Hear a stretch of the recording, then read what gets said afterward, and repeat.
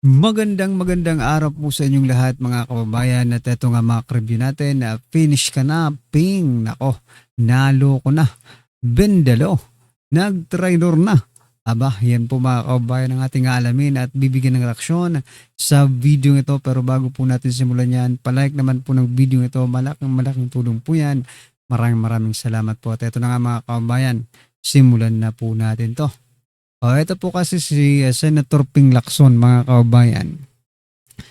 Naman natin, no? Sabi po dito mga kababayan ni Senator Ping Lacson, 16 vote rule sa impeachment ni BP Sara maaari pang magbago.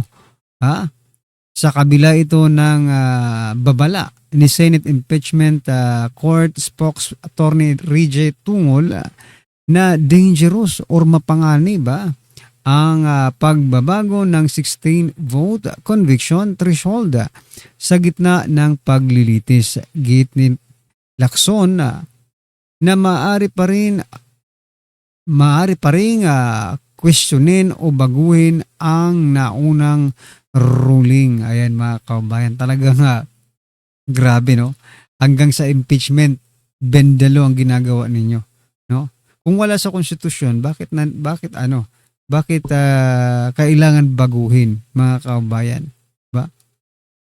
Bakit kailangan magdagdag or magbawas? Dapat kung ganyan pala ang plano nyo, binago nyo muna yung konstitusyon, di ba? Binago nyo muna yung batas bago nyo i-impeach si BP Sara. Di ba? Ngayon nyo babaguhin kung saan nandyan na, no? Nasa proseso na. Di alisin nyo na lang, di ba? Sibakin nyo na lang si BP Sara kung yun po talaga ang gusto nyo. Bali-balita nga mga kababayan, nililigawan ni Lacson yung ibang mga senador para bumoto ng conviction ni BP Sara. Aray mo, Lacson. Anyway, eto mga kababayan, pakinggan po natin tong balitang to. No, yung dahilan o kung ano nga ba Mga ganapan sa August 21, number 1. Ito po ay anibersaryo ng pag-alala natin sa karumaldumal na terorismo ng CPP, NPA, NDF, the Plaza Miranda bombing. Ito rin po ang araw ng pag-suspend ng Marcos Sr., ang tatay ni Bongbong Marcos Jr., ng the writ of habeas corpus, kung saan po hindi na kailangang dalhin sa korte ang mga pag-aresto o mga inaaresto.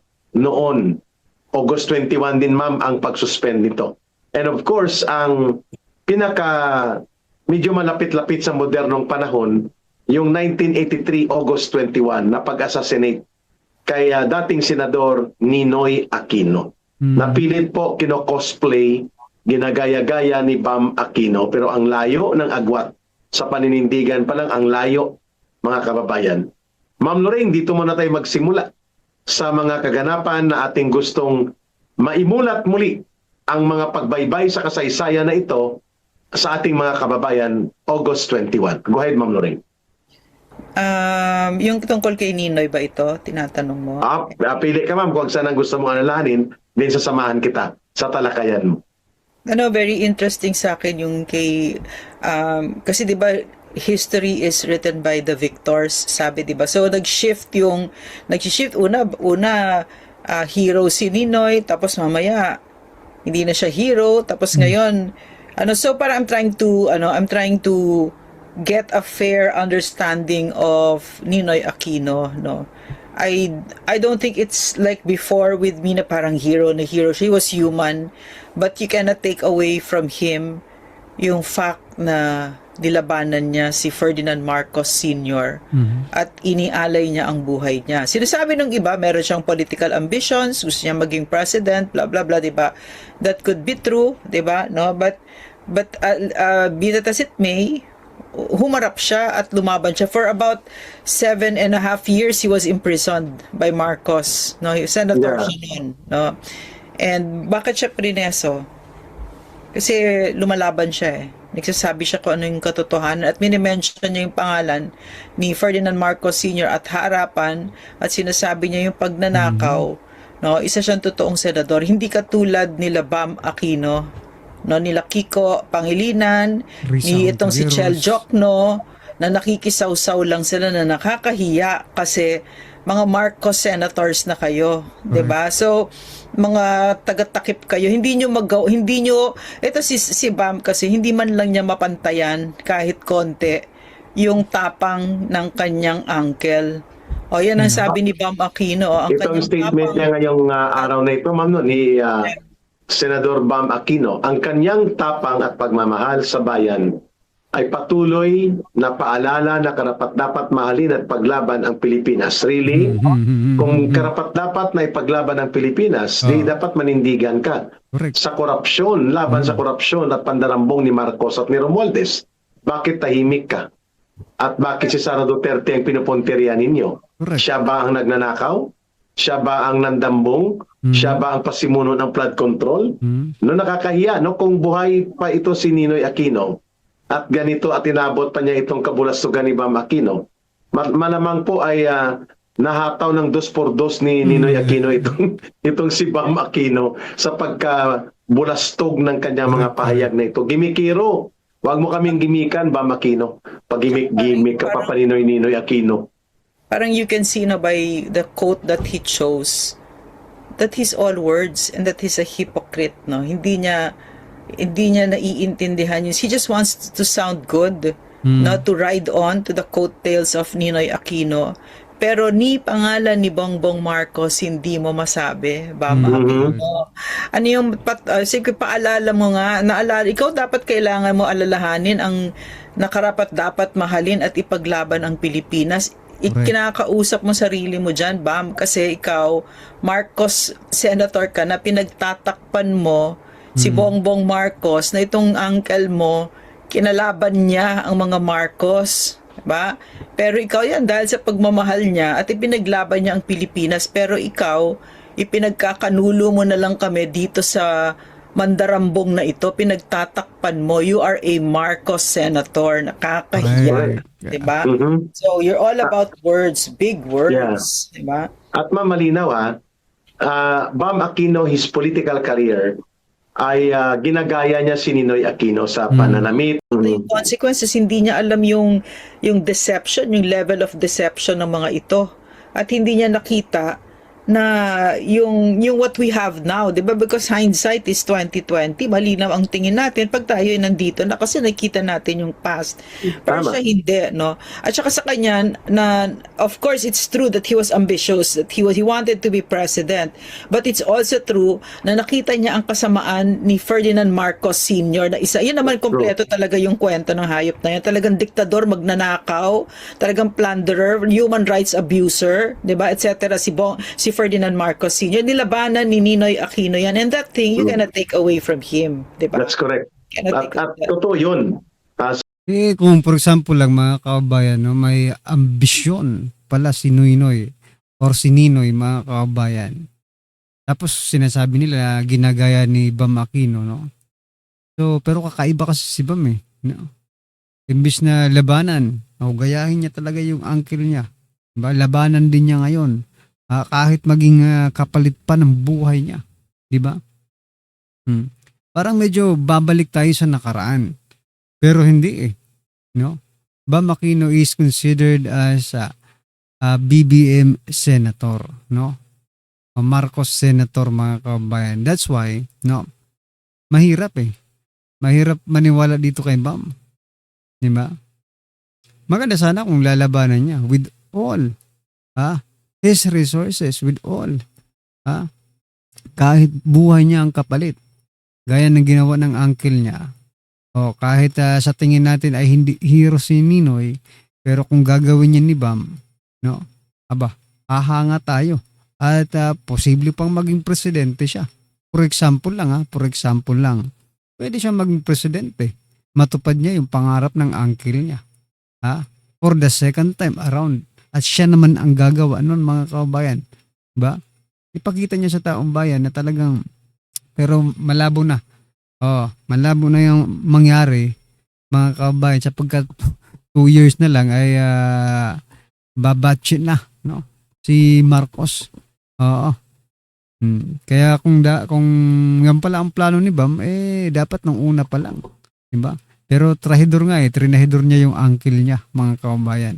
Sapagkat si Ninoy Aquino po is a very influential political figure in the broad anti-fascist, anti-dictatorship movement of the Filipino people. Hindi po yun matatawaran. He was very influential, eloquent, articulate, matapang. Na ang layo ni Bam Aquino dyan, At talagang nagsasalita siya. Una siyang nag-expose kung paano ginamit ni Marcos at ng kanyang asawa na si Imelda Marcos ang mga infrastructure projects kagaya ng Cultural Center of the Philippines, Film Academy of the Philippines or Film Center of the Philippines. Mga kababayan, si Ninoy Aquino pong unang nagsiwalat niyan kung paano ang infrastructure projects pinagkakitaan.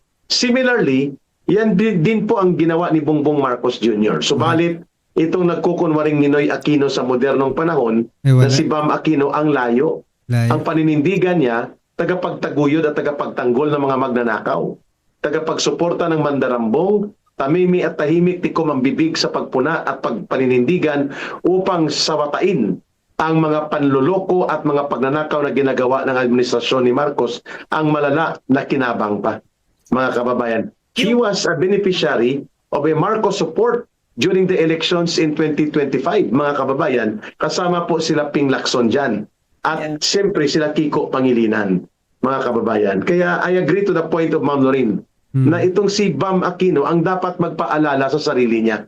Karapat-dapat ka ba doon sa pag-alala mo sa mga alaala at mga pinanindigan at mga pinagsakripisyuhan ng iyong uncle na si Ninoy Aquino? Balikan mo muna yan, Bam Aquino, bago mo sabihin sa amin. Kapag nanakaw, napakasinungaling, talagang pathological liar, at talagang dysfunctional talaga. Talagang he's a freaking nut job talaga. Tapos ngayon, pinagtatakpan ninyo, nakita nyo ba yung mga floods na nangyayari sa Pilipinas? Yung hindi lang yun Hindi, alam mo, I was looking at the floods, all those floods, no?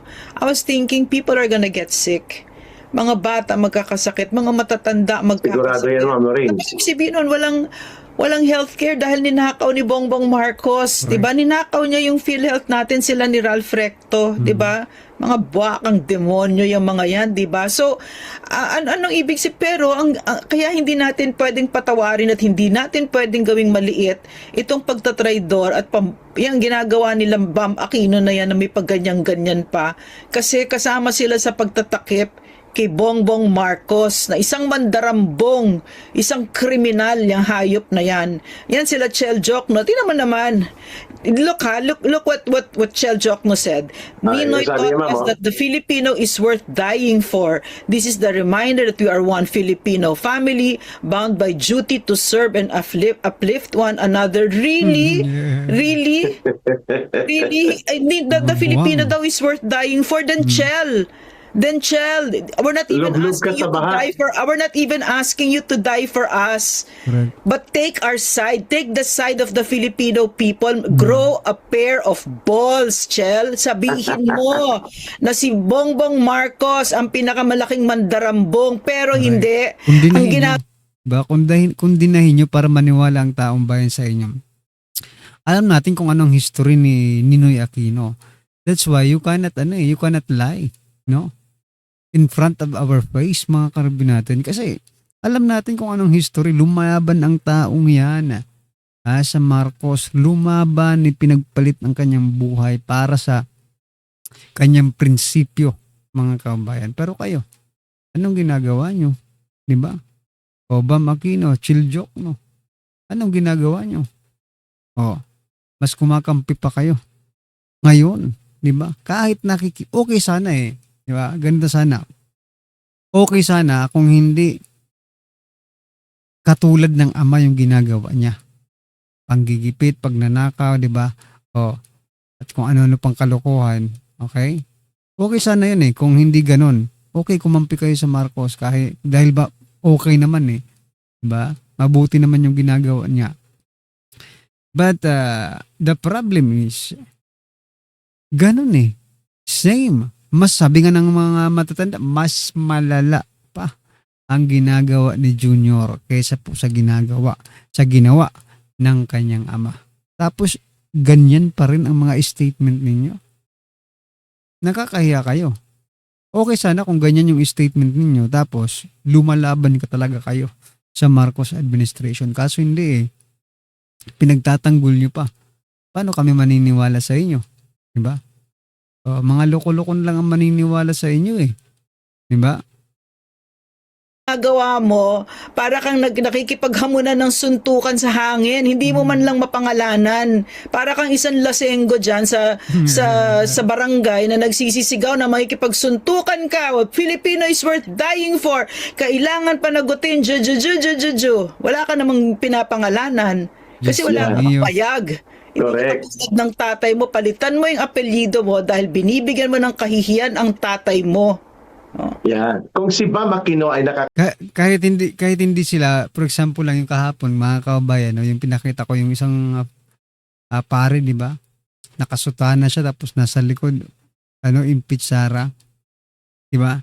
Sa panahon rin po ng Marcos, mga kababayan, yung ating mga kaparian, di ba? They really, stand for the taong bayan, di ba? Lumabas sila yung mga madre pa. Pero ngayon mga kababayan, nasaan yan? Gusto kong makita yan. Di ba?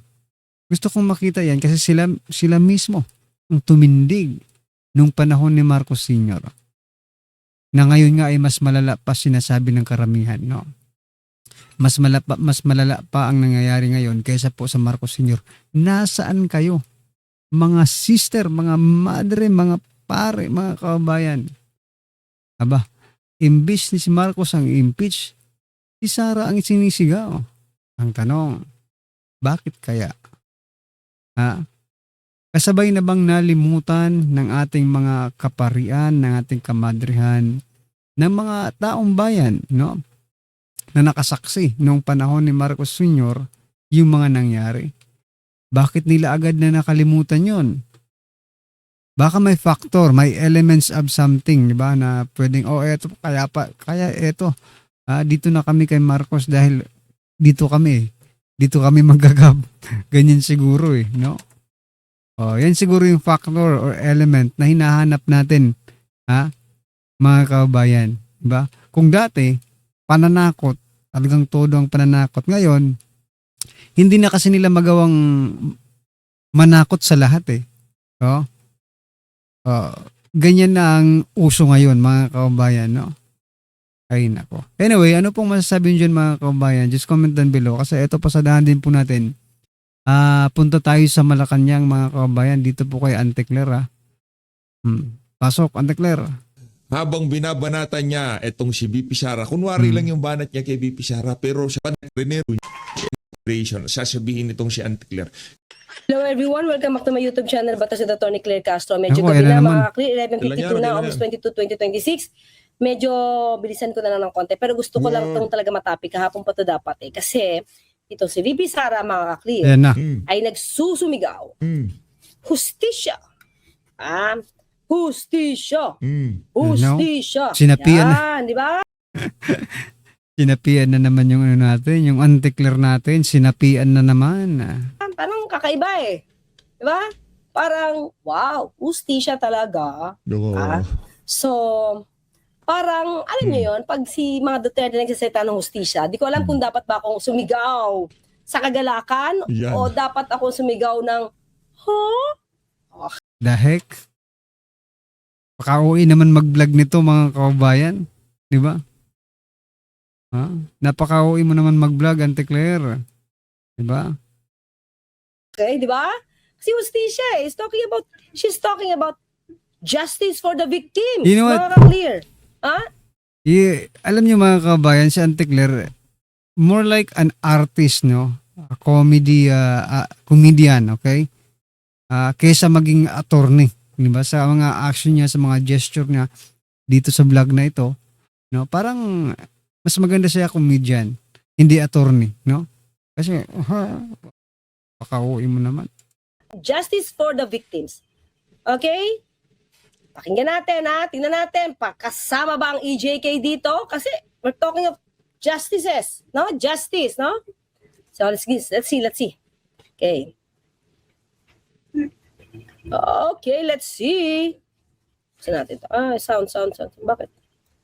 Wait lang po, ba't walang sounds? Magandang araw sa inyo. Pinakarma ka kasi. Uy, si BP Sara to. Si BP Sara. Kailangan ko ipakita si BP Sara. Mamaya na, Congressman Toby. Today, the Philippines joins the global community in observance of the International Day of Remembrance and Tribute to the victims of terrorism. Bumalandra pa So ito. wala naman siyang message para kay Ninoy. No? So, International Remembrance Day ba to? Again? International Day of Remembrance. Okay. Of the International Day of Remembrance and Tribute to the victims of terrorism. Oh, victims of terrorism Oh, so, on August 21. correct naman. So, hindi mo alam. Pala EJK. Hindi niya alam, mga kabayan. Di ba kanina sinabi na pinag-usapan na yan ni Doc Lorraine at ni Ka Eric, no? So hindi niya alam. So, So ano, hangin ka na naman. dapat sinama na dyan, and Ano, tribute to the victims of EJK Yan. since 2011. sige, isip muna, Since isip. 2011 to, kailan ba? 2022. Yan, dapat ganun. Dapat Hindi, pati victims ng EJK, namimili naman si VP Sara ng victims. Yung victims ng kanyang ama pilit na pilit eh. at ng mga co-perpetrator ng kanyang ama, O yan na, hindi niya sinama. nasa script na yan. Diba? Our nation knows Teka lang. Paano pala yung namatay dahil sa mga assassin na hinar ng 5,000 pesos lang? Nako. Ha? Kasama kaya dito? Kaya na siyempre terrorism eh. Terrorism lang. Dapat lahat ng victims. Diba? Ng karumal-dumal na pagpatay. Diba? the true cost of terror. We speak about Diba? Ito lang Eto mga kabayan, for example, hanapan na naman ito ng mga reporter, diba, ng mainstream media. Yusik Claire, paano mo nasabi yung 5,000 na ano, diba? May ebidensya ka ba? Sasabihin na naman ito, hindi, vlog ko lang yun, vlog. Iba yung pagiging press officer ko kaysa po sa sa vlog ko. Ganun na naman ang palusot nito. ba yung true cause of terror? Paano yung EJK? Di ba yung naging cause ng true terror? Imagine nyo since 2011, ano ba yung kaso sa ICC? Since 2011 to 2019, o dagdagan na natin hanggang 2022. Di ba? At Ako ito ipupusta ko. Ito ang ipupusta ko dito. Malacanang. Bumaba ka, kasi na nasahanap lo siya ma-effect ang nagkaroon nagtong si gani hindi top 1 daw siya sa Puristo. Oh. Bakit nga ba siya top 1? Nadinig ko kasi top 1 daw siya sa exam. Diba? Sa exam bilang graduate ng criminology. Kaya siya top 1. Okay? Sa exam. Board exam. So, inamin niya, mga ka-clear, totoo daw yung nangyayari Totoo, tapos may daw. na yung mga pulis Gago talaga ito. Totoo, tapos may daw. ay ini-encourage pumatay. nako. At kapag Top 1 hindi ginawa, hindi pumatay, Top 1 sila yung pwedeng ganon. Malamang, 'di ba? Kung nakatutok na sa'yo, hindi ka pa ba mag-self-defense? Galing mismo sa sariling bibig mo. Hindi mo lang masambit na self-defense kasi parang natatakot ka, baka sabihin ng taong bayan, kaya naman pala. Maja-justify mo pa yung paggurgur, di ba? Ng mga kriminal, di ba? Pero, that's the reality, mga kabayan. No? Self-defense. Ano ba talagang importante sa inyo? Yung mga kriminal? O yung mga nagpapatupad ng batas? Di ba? O ilagay mo nga yung sarili mo doon sa kanila. Ilagay mo yung sarili mo doon sa kinatatayuan nila. Diba? O kung tumagal ka ng isang buwan, diba, puro operation yung gagawin mo, tapos wala, tutunganga ka lang, wala kang gagawin, mga kaubayan. Baka isang araw lang, wala ka na eh. Sabi ni Tapuan. Kayo iba, maraming nag-resign. Maraming umalis. Maraming Baka nag-resign si Tapuan kasi Hindi kaya. nung panahon naman ni Tatay Dig. nala. Terrorism from the ground of its actual impact, from the communities long affected by local insurgencies and violent Masasabi mo bang terrorism yung ginawa ng war on drugs, mga kaubayan? I think hindi yung terrorism, no? extremisms. Diba? O, isip-isip. Bakit ang nire-recognize lang niya? Yung Yan, babalik na naman sa... terrorism. Oh, Diba? When we talk about justice, lahatin mo na. ba't nag-ano ka? Pati ba naman yung sasabihin ni VP Sara, didiktahan mo pa? Mag-vice president ka muna, Claire. Baka mo i-suggest, no? Oh. Diba? Lahatin mo na. Kasi, ang issue ngayon sa ICC, yung maraming pinatay nung panahon ng iyong ama. Hindi lang nung siya ay presidente, kundi pati nung mayor siya. Diba? Justify. At that time, ito inisip ko mga kaklira, at that time na mayor, si VP Sara, Oh, damay na. Dami mo si na. 2011 eh. Oh, 2011 isip-isip. to 2019 yung sa ICC. So, nung ginagawa ito sa Alam niyo mga kaubayan, kanina ko pa napapansin na ini-emphasize ni Claire yung timeline, no? Kanina pa nababanggit yung 2011, di ba? Kanina pa eh. No? So ini-emphasize niya na itong mga nangyayaring ito or itong mga sinasabing ito ay nangyari sa ganitong time, di ba? Sa ganitong timeline. So, talagang grabe ang dito Grabe yung script dito ni Claire. Davao. Hindi, dapat sana, Auntie Claire, bago ka bumanat din siya laban kay Dati. Mga tita, lang siya, pag ikaw nila, ganito.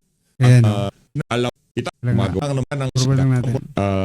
siya mo na yan, para siya, I was watching the news the other day, nakita ko yung sagutan ninyo ni Congresswoman Swansing at saka ikaw kasi hinihingi mo no na sabi mo nga na bakit lahat ng mga ahensya hinihingi natin, 'di ba, line by line yung kanilang budget. Pero bakit pagdating sa Kongreso, na lang, kumbaga bulk na lang yung kabuuan na lang na budget, walang line by line item. So tapos syempre nangangatwiran si Congressman Mika, pero sa huli parang hindi kayo pinagbigyan. Ano ba talaga ang SOP? Ngayon lang ba yan nangyari na hindi pinapakita ng Kongreso ang line by line? Or dati na talaga? Kumbaga na lang? Okay, ganito, Pati. Sige, okay. Marami kasing nakasanayan yung Kongreso ng mga bad habits na dapat baguhin. No? Ayun. Kung talagang gusto natin ng transparent, mabawasan yung corruption, kung gusto natin mabawasan yung corruption o end corruption, there are two things necessary. No? One is transparency and number two is accountability. So you cannot hold people accountable kung hindi transparent, di ba? Pero sabi po ng ating mga kaubayan, no, para mabawasan ang korupsyon, abolish, no, yung Kongreso, mga kaubayan. Abolish na Congress, both Senate and the lower house, the House of Representatives, mga kaubayan, para tuloy ang pagbabago, di ba? At mawala talaga yung, at least mabawasan yung korupsyon, di ba? Hindi natin masasabing wala ng korupsyon, no? We cannot say na ma-eliminate talagang corruption because corruption, mga kaubayan, nagsisimula or hanggang sa at the bottom, di ba? Nandiyan yan eh, no? Hanggang sa barangay tanod, mayroong korupsyon yan na pataas, di ba? At least, mga kaubayan, mabawasan man lang. Tapos kung magkakaroon pa tayo ng presidente na may kamay na bakal, no? Na talagang may political will, no? Na ipatupad ang mga batas. Oo. At ipatupad, no, na talagang magkaroon ulit ng ng PACC, no, yung Presidential Anti-Corruption Commission, na talagang titingin, no, dito sa mga taong gobyerno, no, na mga corrupt, di ba? Yan po ang naisip ko, mga kabayan, at yan din po ang sabi ng ating mga kabayan na para nga mabawasan or matanggal ang korupsyon, abolish Congress. Ano sa palagay niyo, mga kabayan? Tama po ba yung sinasabi ng ating mga kabayan? No? Na dapat i-abolish na talaga ang Kongreso para matigil na ang korupsyon. Ano po ang inyong opinion dyan? Just comment down below, mga karabin natin. Maraming salamat po.